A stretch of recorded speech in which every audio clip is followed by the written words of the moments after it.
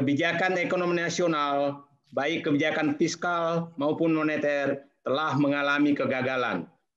Diketahui bahwa ekonomi Indonesia masuk kondisi resesi dengan perkiraan pertumbuhan ekonomi tahun 2020 minus 2,2%. Kondisi pertumbuhan pada triwulan 4 2020 diperkirakan juga masih minus. Secara makro, perekonomian telah gagal disebabkan kegagalan sistem dan kebijakan fiskal dan moneter.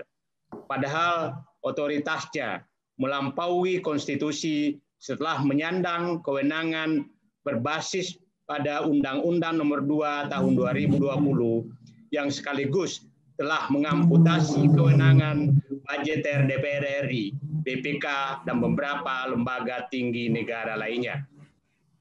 Kegagalan tersebut juga diindikasikan dengan pola utang yang kini mendekati angka 6.000 triliun. Bahkan pengumuman hari ini sudah di lebih 6.000 triliun. Atau setara dengan 38,5% terhadap PDB.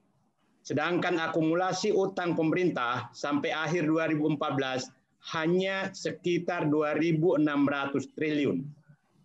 Jumlah utang ini merupakan akumulasi sejak Indonesia merdeka dari tahun 1945 hingga 2014. Berarti ada kenaikan utang pemerintah sebesar 3.400 triliun hanya dalam waktu 6 tahun saja.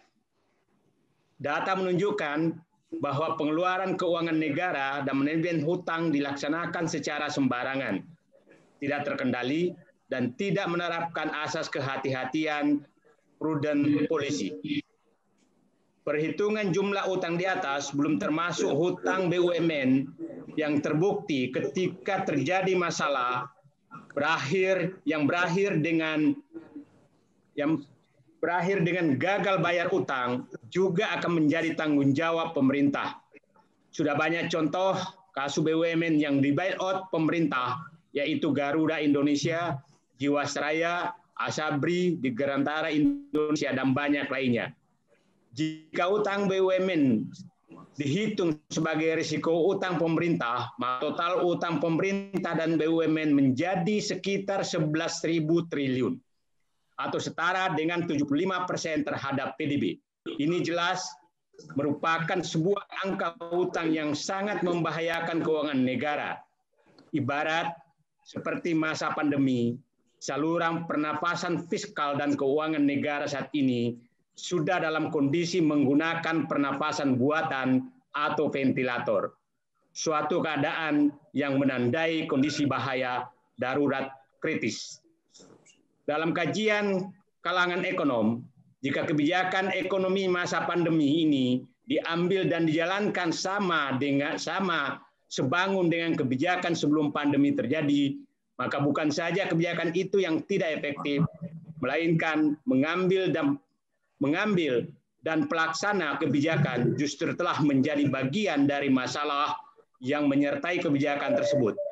Angka-angka di atas menunjukkan bahwa pemerintah telah gagal dalam menjalankan kebijakan ekonomi dan kebijakan publik, khususnya pengendalian pandemi yang menjadi penyebab utama krisis ekonomi. Pandemi bukan mereda, tetapi semakin parah.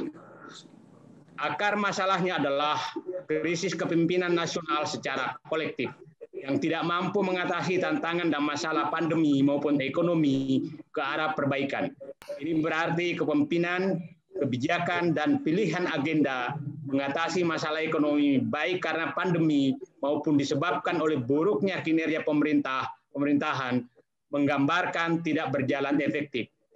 Penyebabnya kepalsuan pemerintah, false governance, yang menghasilkan kepalsuan kebijakan publik, false public policy, akarnya adalah kecurangan demi menutupi ketidakmampuan, keserakahan, dan kemunafikan.